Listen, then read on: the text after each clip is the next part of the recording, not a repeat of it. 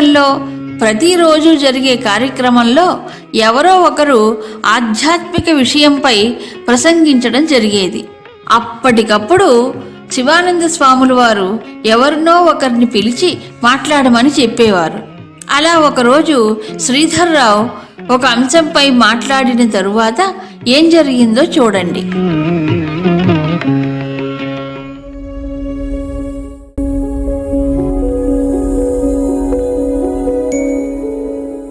Balun, ఇటు ఒకసారి వస్తావా? నీవు ఇప్పుడు సత్సంగంలో ప్రసంగించాలి. నేనా స్వామీజీ? దేని గురించి మాట్లాడమంటారు? నాకు వేదాంత విషయాలు ఏమీ తెలియవు. తెలుసుకోవాలనే కదా ఇక్కడికి వచ్చాను. అయితే నీకు తెలిసిన ఏదో ఒక విషయం గురించి మాట్లాడు. అవును, ఢిల్లీ నుంచి రిషికేశ్కు ఎందుకు ఎలా వచ్చావో మాట్లాడు. అందరికీ హరివం. నేను ఢిల్లీ నుండి రిషికేశ్ వరకు ట్రైన్లో వచ్చాను. మరి మరి సరేలే బాలన్, మరోసారి ఎప్పుడైనా మాట్లాడదు గాని. బాలన్, ఇటురా. ఇదేంటి, ఎంఏ చదువుకున్నావు, పైగా గొప్ప పత్రికా విలేకరు కూడా. చిన్న ప్రసంగం ఇవ్వలేకపోవడం ఆశ్చర్యంగా ఉంది బాలన్. అలా ఎందుకైందో నాకే అర్థం కావడం లేదు. మాటలు రాకుండా ఆగిపోవడం ఇదే మొదటిసారి స్వామీజీ. ఇంతకు ముందెప్పుడూ ఇలా జరగలేదు. పర్వాలేదులే బాలన్, బహుశా ఇలాంటి ఆశ్రమ వాతావరణంలో మాట్లాడడం మొదటిసారి కాబట్టి అలా అయి ఉండవచ్చు. బహుశా అదే కావచ్చును. పైగా మీరు ఎదురుగా కూర్చొని వింటూ ఉంటే ఆ క్షణం ఏమీ తోచలేదు స్వామీజీ. నిరుత్సాహపడకు నాయనా. రేపు సాయంత్రం సత్సంగంలో ప్రసంగించడానికి నిన్ను మళ్ళీ పిలుస్తాను. ఏ అంశంపై మాట్లాడమంటారు స్వామీజీ? శ్రేయోమార్గం, ప్రేయోమార్గం, ఈ రెండింటికి భేదం ఏమిటో వివరించాలి. ఈసారి బాగా ప్రిపేర్ అయ్యి సిద్ధంగా ఉండాలి నువ్వు. అలాగే, తప్పకుండా స్వామీజీ. 1948 ప్రారంభంలో బాలకృష్ణ మీనన్ తన నివాసాన్ని పూర్తిగా ఋషికేశ్కి మార్చుకున్నాడు. ఆ సమయంలోనే స్వామి శివానందుల శిష్యులైన జ్ఞానానందులతో కలిసి హిమాలయ యాత్రలకు కాలినడకన బయలుదేరాడు బాలకృష్ణ.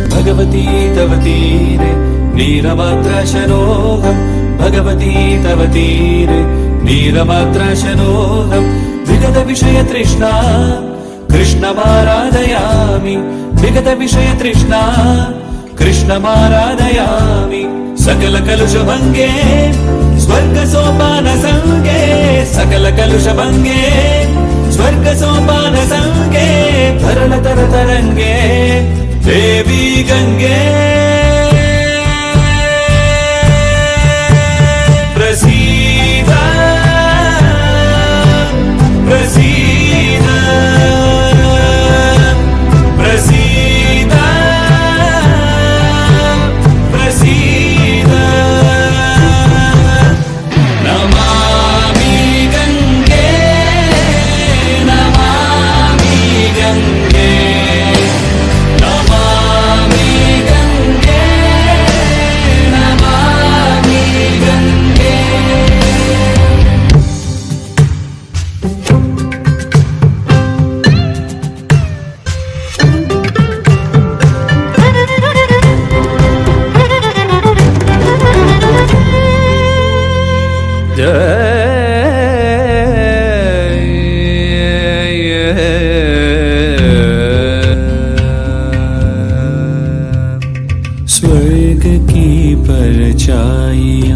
लिखती तेरे आंचल तले। माँ तेरी हर बूंद में बहती हुई ममता मिले। तू हथेली तन पे फेरे मन को भी निर्मल करे। जिस तरह को तू छुए जीवन से उसको सींच दे। लेके आया हर कोई बस पाप तुझको सौंपने। फिर भी तू बहती चले सबको लगा करके गले। स्वाद अमृत का तुझे ही चूम कर जाना। प्रसीदा प्रसीदा प्रसीदा प्रसीदा। नमामि गंगे नमामि गंगे नमामि गंगे नमामि गंगे नमामि गंगे नमामि गंगे नमामि गंगे नमामि गंगे। पानी जो तेरा खारा तेरे आंसू की धारा कैसे मैं देखूं संतान हो। माना है तुझे माँ ये धर्म है मेरा। मैं तुझे तेरा वो सम्मान दूं। नमामि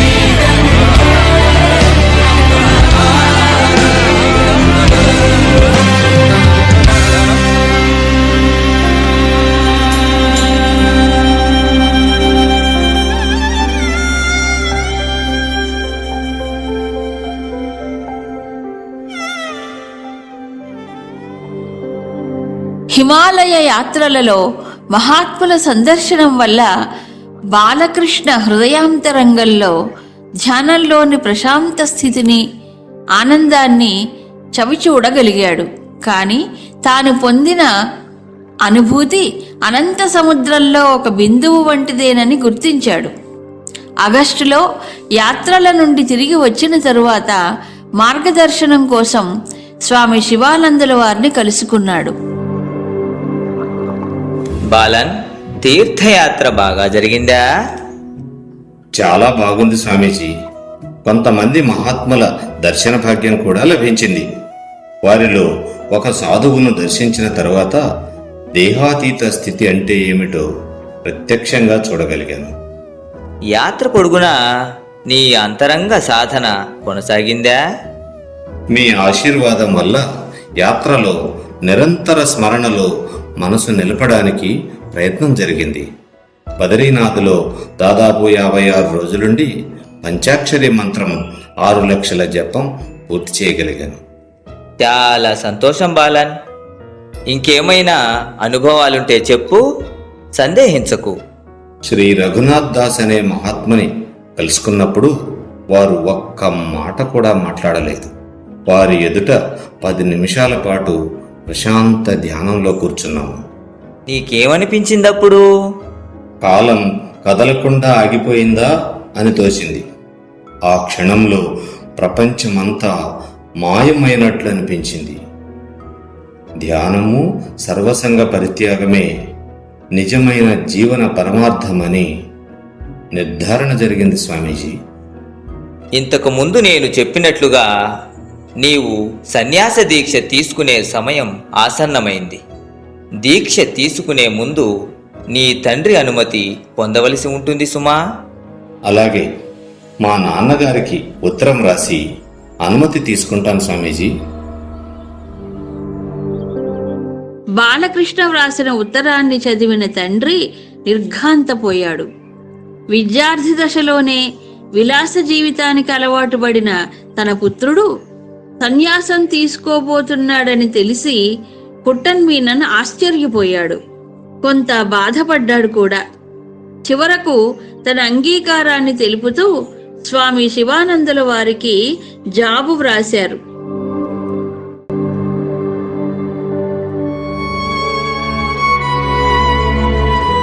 చూడు బాలన్, నీ సన్యాస దీక్షకు మీ తండ్రి గారు పూర్తిగా అంగీకరిస్తూ నాకు ఈ ఉత్తరం రాశారు.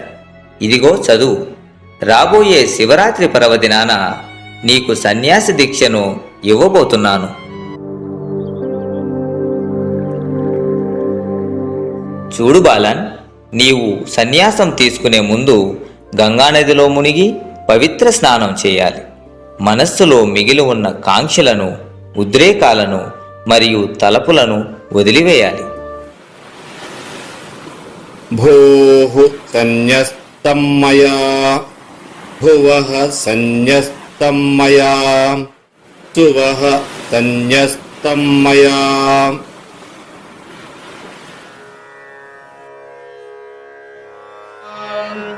न कर्मणा न प्रजया धनेन त्यागेनैके अमृतत्वमानशुः परेण नाकं निहितं गुहायां विभ्राजते यद्यतयो विशन्ति.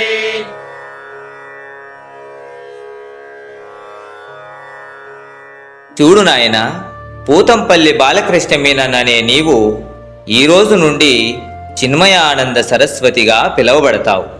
చిన్మయ అనగా చైతన్యమయం. శుద్ధ చైతన్యంలో రమించడమే చిన్మయానందమని అర్థం. ఆత్మానుభవం పొందడమేగాక నీలోని జ్ఞానాన్ని అందరితో పంచుకోవడంలో నిన్ను నీవు సమర్పించుకోవాలి. మీ అనుజ్ఞ తప్పకుండా శిరసా వహిస్తాను స్వామి. చూడు చిన్మయ, నీవు శాస్త్రాలలో ప్రావీణ్యత పొందాలనుకుంటున్నావు. కేరళ రాష్ట్రానికి చెందిన స్వామి తపోవన్ మహారాజ్ ఉత్తర కాశీలో ఉన్నారు. వారి దగ్గరకు వెళ్తే చక్కగా ఉపనిషత్తుల లోతులను తెలుసుకోవచ్చు. భగవంతుడు నిన్ను ఆశీర్వదించుగాక. శుభం భూయాత్. అలాగే మీ ఆజ్ఞానుసారం ఉత్తరకాశీ వెళ్తాను.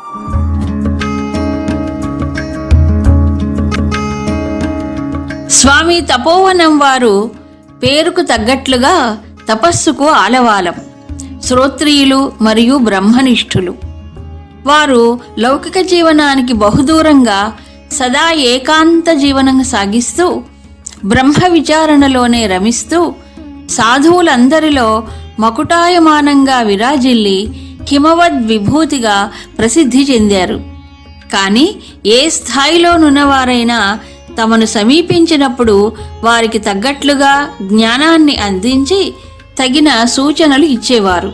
భక్తి జ్ఞానములను సమపాళ్లలో మేళవించి వారు రచించిన అనేక గ్రంథములు సాధకులెందరికో మార్గదర్శకములయ్యాయి.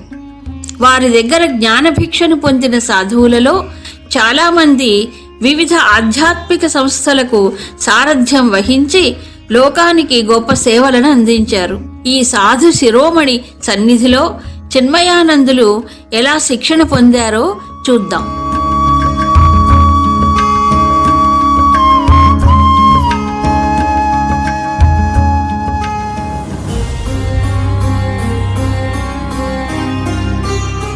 ఎత్తైన హిమాలయాల మధ్యలో ఈ లోయ ప్రాంతం ఎంతో రమ్యంగా ఉంది కదూ.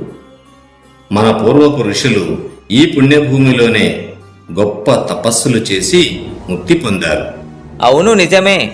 స్వామి తపోవనం వారు అందుకే ఈ ఏకాంత ప్రదేశంలో నిరంతర బ్రహ్మచింతనలో నిమగ్నమై ఉంటారు.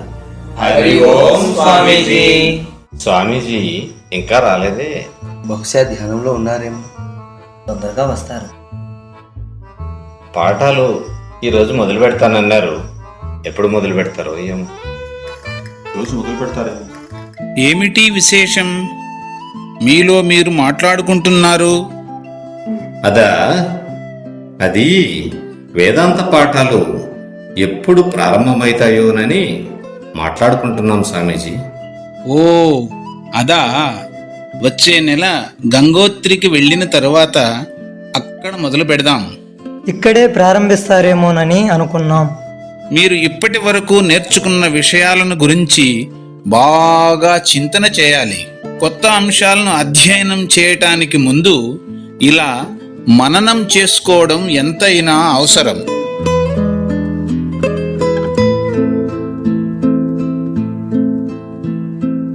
ఇప్పటిదాకా నేను మీకు వివరించినదంతా పరిమితులతో కూడిన బ్రహ్మమును మాత్రమే. మీరు సాధనలో ఆ పరిమితులను తొలగించుకుని శుద్ధమైన బ్రహ్మతత్వమును అందుకోవాలి. గురుదేవా, మాకెలా తెలుస్తుంది? ఆ పరిమితులను మీరే తొలగించి శుద్ధ బ్రహ్మమును గురించి తమరే చెప్పవచ్చును కదా. చిన్మయ, కాస్త మంచినీళ్లు తీసుకొచ్చి పెట్టు. ఇంత చలిలో పొద్దు పొద్దున మంచినీళ్ళు అడుగుతున్నారేంటబ్బా? ఎప్పుడూ ఇలా అడగలేదే. ఏమిటి చిన్మయ, ఏం తెచ్చావు నీవు? మీరు మంచినీళ్ళు అడిగారు కదా స్వామీజీ, అందుకే తెచ్చాను. నేను నిన్ను గ్లాసు తెమ్మని చెప్పానా? నీళ్లు తెమ్మన్నానా? గ్లాసు తీసుకుపో, నీళ్లు మాత్రం ఇవ్వు. స్వామీజీ, గ్లాసు గ్లాసు గ్లాసు లేకుండా నీళ్లు తేవటం ఎలా సాధ్యం? ఇప్పుడు చెప్పు చిన్మయ, గ్లాసు లేకుండా నీళ్లు తేవడం సాధ్యం కాదు కదా. శుద్ధ బ్రహ్మతత్వాన్ని వివరించడం కూడా అలాంటిదే. అయితే పరమాత్మను గురించి సూటిగా వివరించడానికి వేరొక మార్గం లేదంటారా? అనంతమైన పరమాత్మను పరిమితమైన ఉపాధుల ద్వారానే వివరించడం సాధ్యమవుతుంది. వేదాంత గ్రంథాలు గాని గురువు గాని నిర్గుణ బ్రహ్మంను సూచిస్తారే కాని సూటిగా వివరించడం సాధ్యం కాదు. ఇప్పుడు అర్థమైంది స్వామీజీ. చిన్మయ, నీ ఒక చిన్న పని చేయాలి. లోపల ఒక భక్తుడు తెచ్చిన తెల్ల వస్త్రం ఉంది, పట్టుకురా.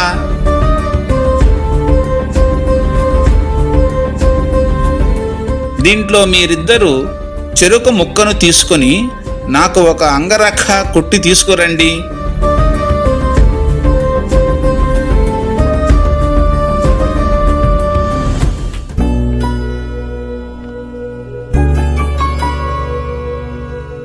చిన్మయ, అంగరఖ కుట్టమని 2 రోజుల క్రితం ఇచ్చాను కదా, అది ఏది?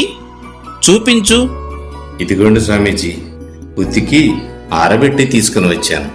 చూడు చిన్మయ, ఇదేంటి చిరిగినట్టు కనిపిస్తుందే? ఆ ముళ్ళ పొదలపై నుంచి తీసేటప్పుడు జాగ్రత్తగా తీయలేదు, అందుకే చిరిగిపోయింది. స్వామీజీ, నేను జాగ్రత్తగానే తీశాను. మరి ఇటు ఇవ్వండి, చూస్తాను. ఎలా చిరిగిపోయిందో నాకు అర్థం కావట్లేదు. నేను ఇక్కడి నుంచి గమనిస్తున్నాను. నువ్వు అంగరఖాను తీసేటప్పుడు నిర్లక్ష్యం చేశావు. చేసే పని మీద నీకు అసలు శ్రద్ధ లేదు, పైగా అబద్ధాలు చెబుతున్నావు.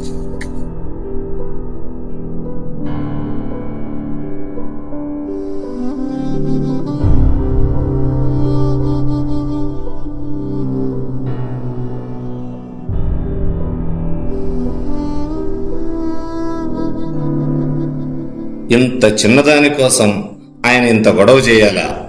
పైగా నన్ను అబద్ధాలాడావు అంటున్నారు.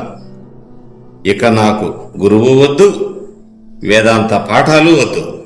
ఇక నా దారి నేను చూసుకుంటాను.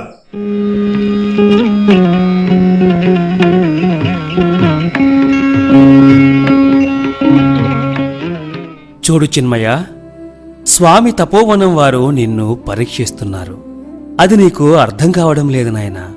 తిరిగి వెళ్ళి వారి దగ్గర అధ్యయనం కొనసాగించు. ఓ అలాగా? ఇంకా నయం, ముందే చెప్పారు నాకు. లేకపోతే నా తెలివి తక్కువతనంతో నేను ఎంత నష్టపోయేవాడినో. సమయానికి మంచి సలహా ఇచ్చారు. ధన్యవాదాలు స్వామీజీ.